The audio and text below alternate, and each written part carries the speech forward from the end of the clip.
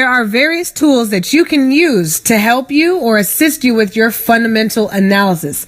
Some of them are checking out Bloomberg TV. There's an actual TV station for Bloomberg, or you can go to Bloomberg.com. They also have an app.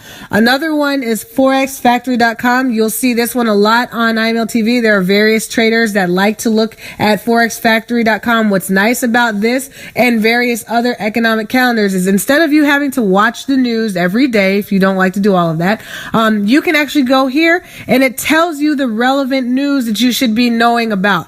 It also tells you if it's going to be high impact or medium impact, low impact. High impact would be something like an election.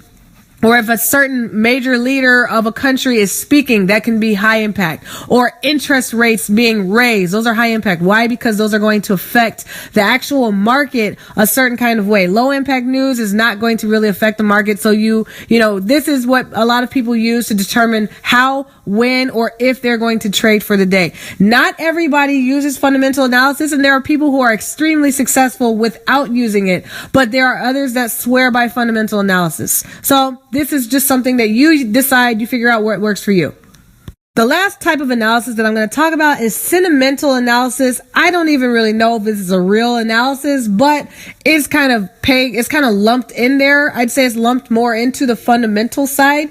This is the overall feeling of the market. So for instance, if, a currency's, been evaluated, let's say there was an election. Let's use the U.S. election as an example. In the U.S. election, when we had a president, when there's a switch in the presidency, then the market can react a certain type of way.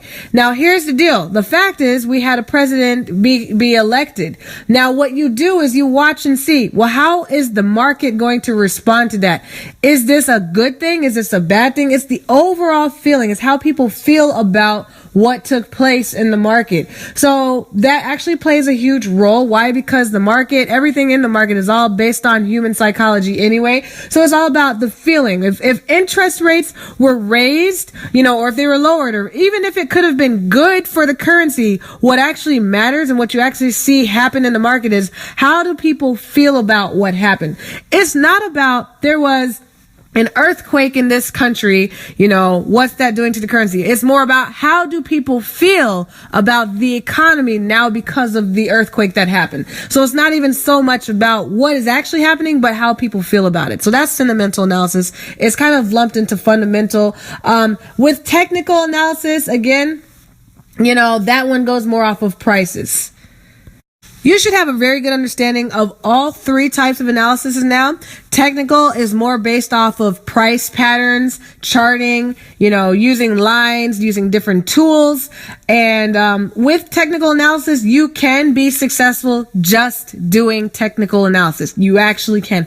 There are many different types of traders that are extremely successful with just technical analysis. They study all kinds of things like wave analysis, which is all technical. Then you've got fundamental analysts. These people swear by, their, using economic news to drive their trading. Depending on the type of style you adapt, you're going to want to use fundamental and sentimental analysis in your strategy. Depending on if you've adapted more of a technical type of strategy, then you may not even need fundamental analysis, but it really depends on how you trade. So which one is best? I can't tell you which one is best. It really depends on what you adapt for your trading style. So you have to figure yourself out. What do you like? Do you like, to look for patterns?